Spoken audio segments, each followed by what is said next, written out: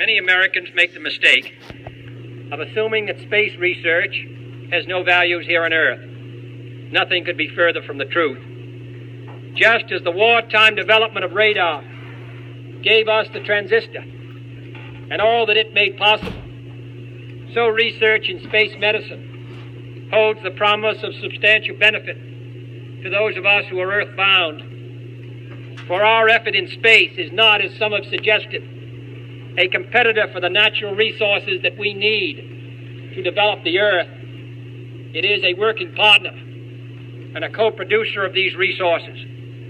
And nothing makes this clearer than the fact that medicine in space is going to make our lives healthier and happier here on Earth. I give you 3 examples.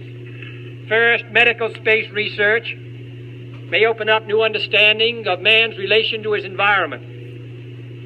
Examination of the astronaut's physical and mental and emotional reactions can teach us more about the differences between normal and abnormal, about the causes and effects of disorientation in metabolism, which could result in extending the lifespan. When you study effects on our astronauts of exhaust gases, which can contaminate their environment, and seek ways to alter these gases so to reduce their toxicity, you are working on problems similar to those we face in our great urban centers, which themselves are being corrupted by gases and which must be cleared. And second, medical space research may revolutionize the technology and the techniques of modern medicine. Whatever new devices are created, for example, to monitor our astronauts, to measure their heart activity, their breathing, their brain waves, their eye motion at great distances and under difficult conditions,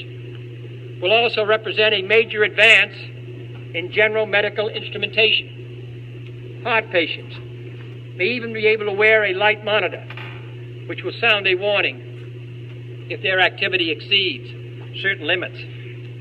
An instrument recently developed to record automatically the impact of acceleration upon an astronaut's eyes will also be of help to small children who are suffering miserably from eye defects but are unable to describe their impairment.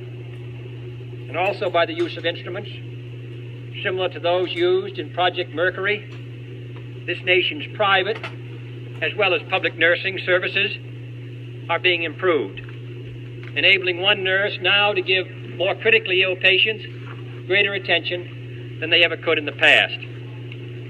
And third, medical space research may lead to new safeguards against hazards common to many environments. Specifically, our astronauts will need fundamentally new devices to protect them from the ill effects of radiation, which can have a profound influence upon medicine and man's relations to our present environment. Here at this center, we have the laboratories, the talent, the resources to give new impetus to vital research in the life centers.